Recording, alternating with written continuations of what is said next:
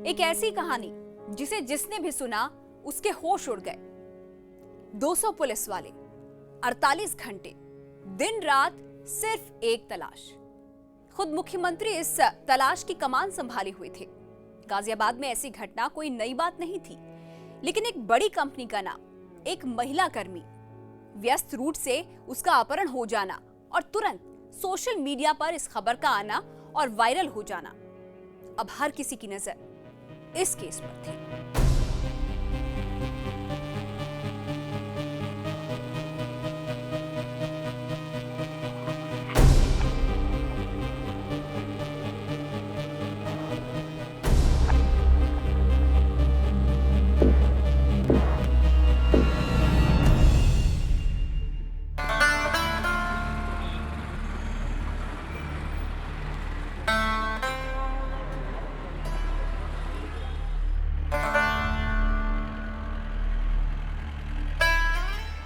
Delhi NCR में metro train और auto रोजाना कामकाज करने वालों के लिए पसंदीदा सवारी है।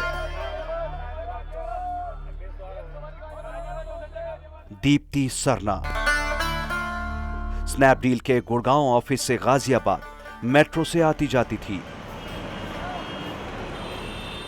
सुरक्षित, सस्ती और तेज सवारी। लेकिन वैशाली मेट्रो स्टेशन पहुंचने के बाद उसे अपने घर तक की दूरी ऑटो से तय करनी होती थी। करीब 1 वर्ष पूर्व जब वो राजीव चौक मेट्रो पे था, तो कहीं अचानक उसने इस युवती को देखा, विक्टिम को देखा, एंड वो उससे एक तरफा जो है, एक कहें इन्फेचुएशन कहें, उसको आकर्षण कहा जाए, उस युवती के प्रति उसके प्रेम में या एक तरफा उसमें वो गिरफ्तार हो गया। उसके बाद वो, उसका कहना था कि वो दिन रात उसके बारे में सोचता, कोशिश करता कि वो जब दोबारा जाए तो वो दिख जाए।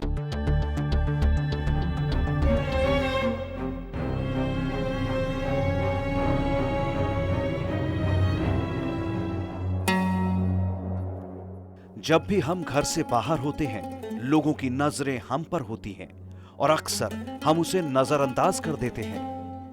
दीप्ति सरना भी यही कर रही थी, लेकिन कोई था जिसकी निगाहों से दीप्ति कभी दूर नहीं थी।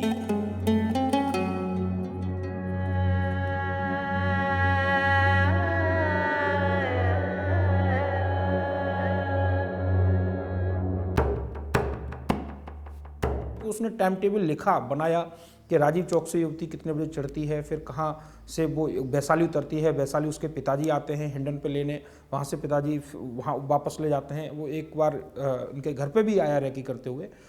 तो उसने पूरा शेड्यूल बनाया। कई बार युवती ने रूट बदला, उसका भी उसने पूरा शेड्यूल बनाया, और उसे एक देखने का, युवती को, और कहें कि उसको उसके आसपास होने का उसे एक दिमाग पे उसके खुमार सा रहता था। एक ऐसा व्यक्ति जो कि नॉर्मल सोच का नहीं है और पूरे इस अपने इर्द गिर्द, अपने दायरे में, अपने शहर में उसकी नज़र कैसे दीप्ति पे पड़ी और उसने अपने जुनून में दीप्ति को ढाल लिया और उस जुनून के चलते उसको ऐसी हवा देने लगा कि शायद वो अपनी प्रबलता में, अपनी सोच की ज्वाला में, अपनी एक फ्यूचर की, अपने कल की कल्पना करने लगा दीप्ति के साथ। उसका बोलना, उसका चलना, उसका हंसना, उसका रुकना, दोस्तों से मिलना, उसके वक्त के हर पल का हिसाब कोई रखने लगा था। और वो एक ऐसा इंसान था जिससे लोग कोसों दूर रहना चाहते थे।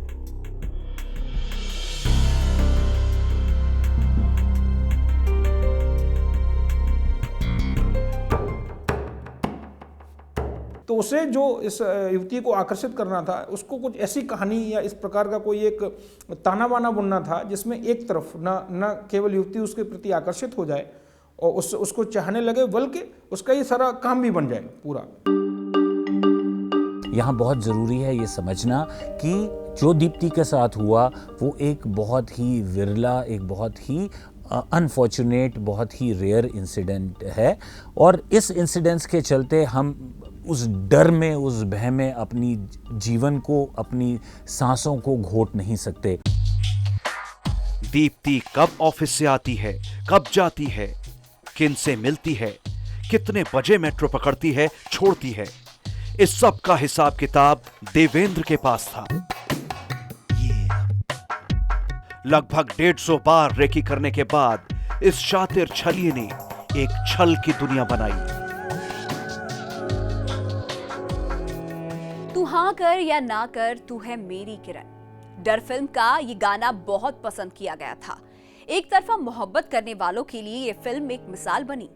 इस कहानी का इस फिल्म से क्या है संबंध? आज हम एक ऐसी जुर्म की कहानी बता रहे हैं जिस योजनाबद्ध तरीके से इसे अंजाम दिया गया, उसे आप सपने में भी नहीं सोच सकते। हाँ, अगर आप फिल्में देखते हैं तो इस एक तरफा प्रेम कहानी के डर को समझ सकते हैं।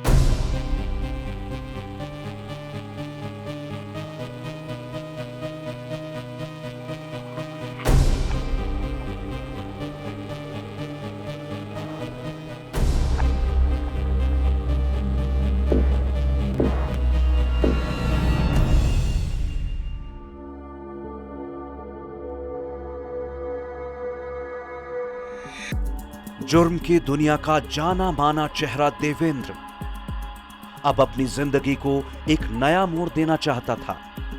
ठीक उसी वक्त उसने दीप्ति को देखा। वो उसका दीवाना हो गया।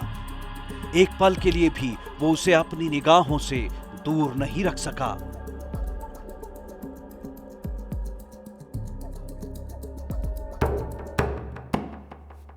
कि सबसे पहले उसने 2 ऑटो खरीदे और वो परमानेंटली 2 ऑटो यहाँ आके गाजियाबाद में शिफ्ट हो गया। यहाँ की खोड़ा कॉलोनी में उसने एक मकान लिया और फिर यहाँ से वो ऑटो संचालित करने लगा। तो 2 ऑटो उसने इसलिए लिए कि वो 2 ऑटो लगा दिए जाएंगे उसके टाइम टेबल शेड्यूल के हिसाब से। तो वो उसमें नहीं बैठते तो उसका एक और मित्र रिजर्व में एक ऑटो लेके पीछे रहेगा, उसमें शायद वो बैठ जाए। देवेंद्र जो है वो एक शातिर व्यक्ति है। उसके 30 क्रिमिनल केसेस हैं, ऐसा हम बहुत क्लियरली जानते हैं। तो ये एक आपराधिक प्रवृत्ति का व्यक्ति भी है, एक ऐसा व्यक्ति जो कि नॉर्मल सोच का नहीं है। 2 साल लगा के मेहनत करके एक बिल्कुल ही फिल्मी अंदाज में कैसे ऑटो खरीदे, कैसे ऑटो में अपने दोस्त बिठाए, कैसे अपने दोस्तों को अपनी प्लानिंग का हिस्सा बनाया।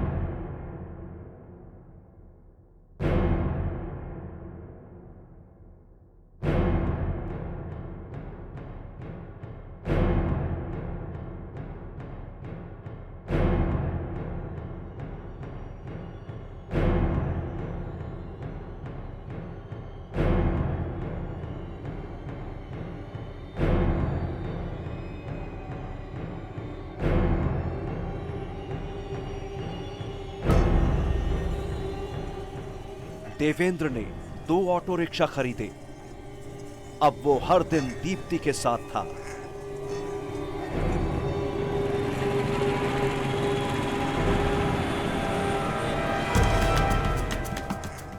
वैशाली मेट्रो स्टेशन से ऑटो चलाने लगा। रोजाना सवारियों को उनकी मंजिलों तक छोड़ता रहा,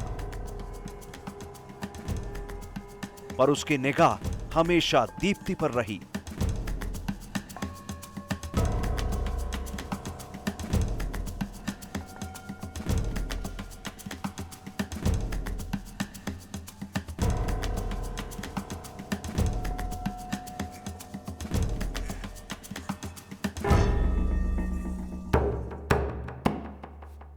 जो शाहरुख खान की डर मूवी है, उसने नाम भी लिया इस चीज़ को। उसने प्रेस कॉन्फ्रेंस में भी बोला और हमें भी बताया उसने कि वो उस कहानी से, उसकी पूरी स्टोरी से बड़ा प्रेरित था और उसने वो फिल्म कई बार देखी अपने छात्र जीवन में और अपने बचपन में। तो हमने पूछा कि तुम्हें आइडिया कहाँ से आया, तो बोले साहब हमें किसी के लिए दिल में जगह बनाने का आइडिया वहीं से आया। जीवन के किस मुकाम पे कौन सा शख्स आपको देखते हुए एक जुनून का भाव अपने अंदर ले आएगा, इस पे आपका कंट्रोल नहीं है, इस पे आपकी कोई भी किसी भी तरह की पकड़ नहीं है।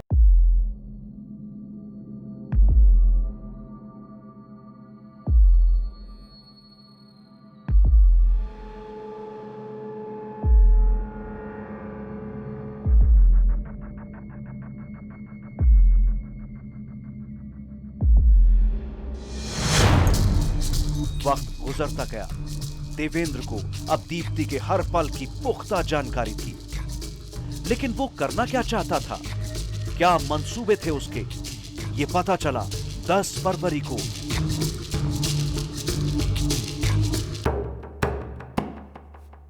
उन्होंने दीप्ति को बिठाया। अब उसमें समस्या ये आई कि दीप्ति के साथ एक लड़की और उसमें आके बैठ गई थी नेचुरली, और ये उसको हिंडन का जो हमारा ब्रिज है, हिंडन ब्रिज पर लेके आए। हिंडन ब्रिज से एक रास्ता आगे मेरठ पे चला आता है, दूसरा राजनगर एक्सटेंशन बाईपास पे चला जाता है, जो कि थोड़ा सा सुनसान भी रहता है रात के समय। उन्होंने उस ऑटो को उस पर मोड़ा, और जो लड़की उसमें बैठी हुई थी, जो दीप्ति के साथ शिफ्ट हुई थी इनके ऑटो में, उसको उन्होंने चाकू दिखा करके धमका के उसको नीचे उतार दिया। और दीप्ति को जब उन्होंने उसको उतार दिया, दीप्ति चिल्लाई नेचुरली। उन्होंने उसके जो उसका स्ट्रॉलर वगैरह जो होता है, जो मफलर, जो गर्ल्स जो स्ट्रॉल जो होता है, उन्होंने उसको गैग कर दिया, मुंह पर बांध दिया।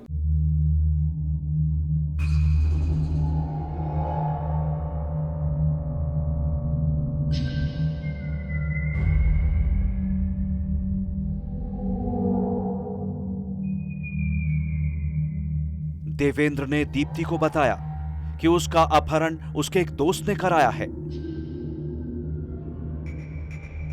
लेकिन उसका दोस्त अच्छा इंसान नहीं है, उसके कई लड़कियों के साथ अफेयर हैं। ये लड़के जो मेरे साथ हैं, इनका कोई भरोसा नहीं, ये कुछ भी कर सकते हैं।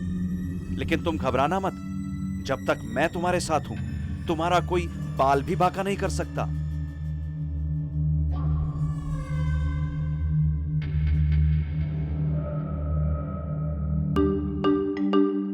डूबते को तिनके का सहारा, और इस मूवमेंट में शायद दीप्ति के अलावा के पास बहुत चारा नहीं था देवेंद्र पे विश्वास करने का। देवेंद्र जो है वो एक तरह का हीरो बनने लगा, एक तरह की उसकी इमेज दीप्ति के दिमाग में ऐसी बनने लगी, और इसकी जो एक डीप रूटेड इम्पैक्ट देवेंद्र के दिमाग में हुआ, कहीं उसको लगने लगा कि उसकी जो प्लानिंग है वो बिल्कुल उसी अंदाज में चल रही है जैसे वो चाहता था। जब उसने बीच में नाटक भी किया कि नहीं अब मैं छोड़ के जा रहा हूँ, तो इस लड़की ने जो है उसके पकड़ लिया कि नहीं भैया आप ही हो जो जिसकी वजह से हम बचे हुए हैं, नहीं तो ये लोग हमें मार देंगे, अब आपको हमें कैसे भी बचाना है। तो भाई जो व्यक्ति विक्टिम है वो तो कुछ भी करेगा, तो यही इसका पूरा गेम प्लान था।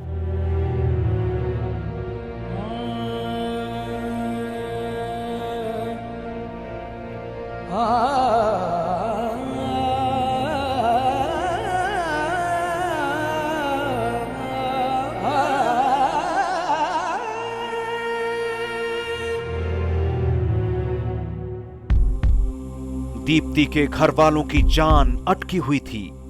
पुलिस टीमें चारों तरफ छापे मार रही थी। 24 घंटे गुजर चुके थे, दीप्ति की कोई खबर नहीं थी। लेकिन अचानक फोन की घंटी बजती है, और फोन के दूसरी तरफ दीप्ति थी। कई बार इस तरह के केसेस न्यूज रूम में हल कर दिए जाते हैं। इसमें कोई शक नहीं कि जब सच सामने आया, इस केस ने सबको चुप करा दिया।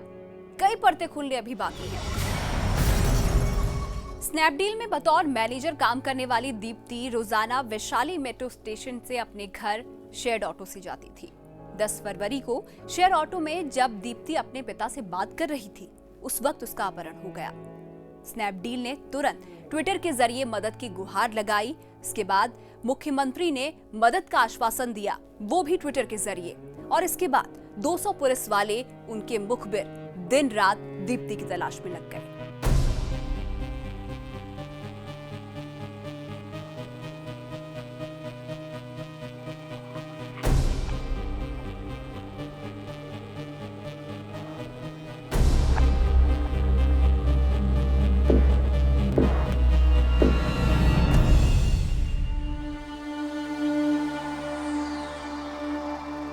राजनगर एक्सटेंशन गाजियाबाद से दीप्ति का अपहरण हुआ।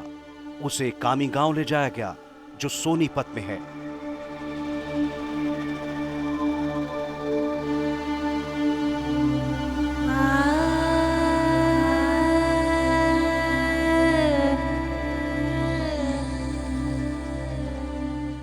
वहां गन्ने के खेत में उसने रात गुजारी। फिर पैदल, कार, बाइक से उसे इधर उधर घुमाते रहे और सुबह कामी रेलवे हाट पर छोड़ दिया।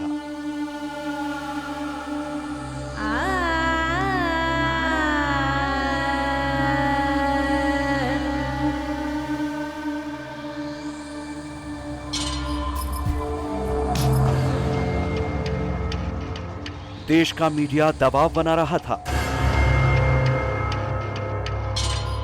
उत्तर प्रदेश की पुलिस लगातार दीप्ति को ढूंढ रही थी।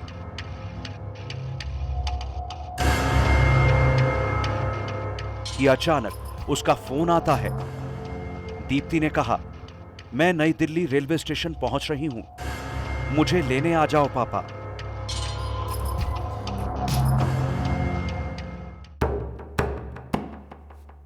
जब विक्टिम यहाँ पे आई तो शुरू में हम लोग ये मान के चल रहे थे कि विक्टिम जो है बहुत कुछ हमसे कंसील कर रही है, बहुत कुछ छुपा रही है, और इसी लिहाज से ये ही इन्वेस्टिगेशन का, मीडिया का, सोशल मीडिया का सबसे आकर्षण का बिंदु भी था कि विक्टिम को छुपा रही है, वो पुलिस को नहीं बताया। हमारे लिए चैलेंजिंग ये था, मैं आपको बताऊं कि यदि अपहरण हुआ है तो उसके दो मोटिव होने चाहिए, या तो कोई क्रिमिनल मोटिव हो या कोई other motive, other than criminal motive हो। यहाँ पे उसने उस लड़की को उतार दिया, उतार दिया। वापस भाग गई। ये जो ठेले लगे थे उस दिन थे, जहाँ तक मुझे याद है था कुछ, क्योंकि अंधेरा हो चुका था। पुलिस टीम ने तुरंत दीप्ति के परिवार से संपर्क किया। छानबीन शुरू हुई। सारे सुरागों को जोड़ते हुए पुलिस एक नतीजे पर पहुंची। जब आप असत्य के साथ होते हो तो असत्य कितना ही मजबूत हो, उसकी हमेशा कमजोरियां होती हैं। अब इस पूरे प्रकरण में हुआ ये कि उसने जो फोन जो उसने यूज किए, जो उन तक हम बहुत जल्दी पहुंच गए, लेकिन उस पर जो फोटो लगा था वो सही लगा था। ये सबसे बड़ी कमजोरी थी उसकी, और जो उसके डिटेल्स थे वो सब गलत थे। हमने जैसे ही उसको युवती को दिखाया, युवती चौंक गई, बोले यही है जो आदमी था।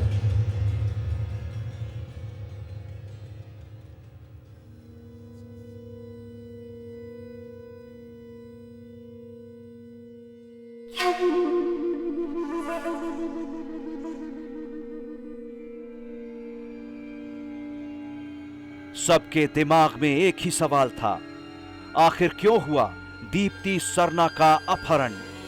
कौन था इसके पीछे?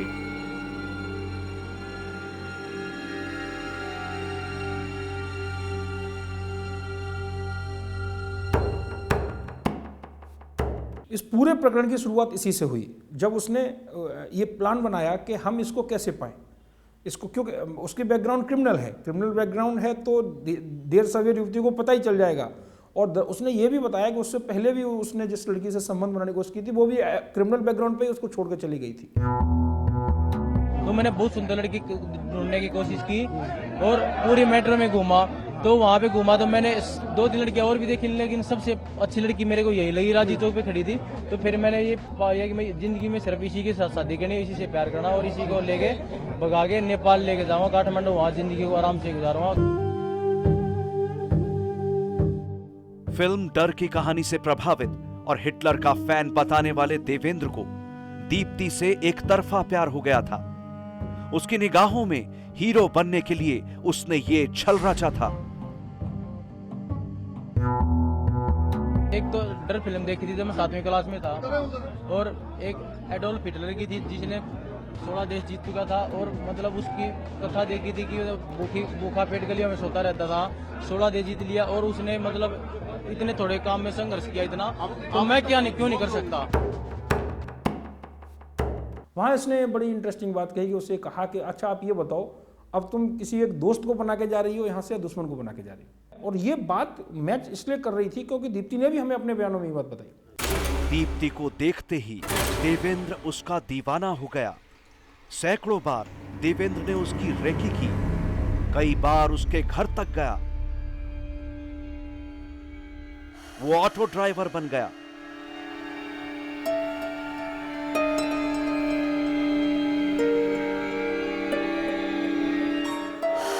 दीप्ति के हर मूवमेंट पर उसकी नजर थी।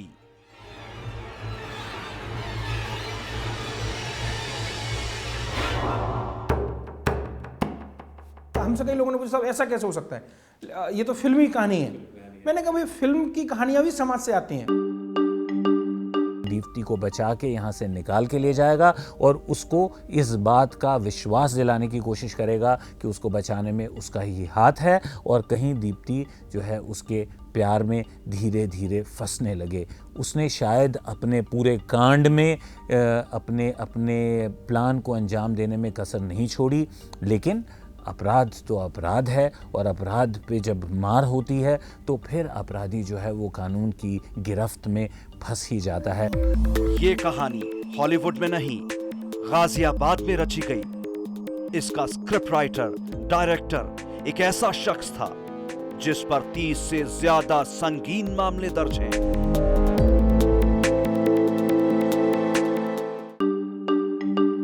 हम समझें कि किस मानसिकता के जरिए देवेंद्र ने इस कांड को रचा और उसको अंजाम देने की कोशिश की, और कहाँ किस कड़ी पे उसको शायद पहले ही हम भांप लें, उसको पकड़ लें, ताकि जो है इस तरह का जो अपराध है वो ना हो सके, और दीप्ति के दिमाग पे जो उसके दिमाग को क्षति पहुंची, जो एक ड्रामा पहुंचा, उसको हम रोकने में सक्षम हो गए।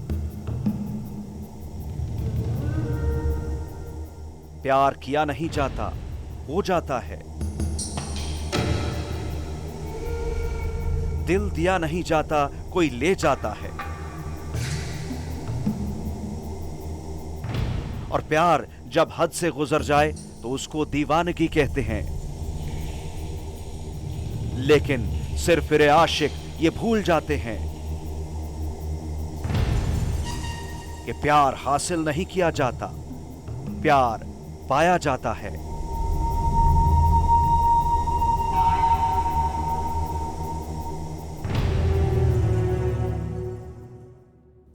दीप्ति सरना ने ऑफिस जाना शुरू कर दिया है। देवेंद्र डासना जेल में अपनी अगली तारीख का इंतजार कर रहा है। इस केस ने यह साबित कर दिया कि आप कभी भी अकेले नहीं हैं, कोई है जो हमेशा आपके साथ है। तो रही सावधान, कोई छलिया छल ना जाए।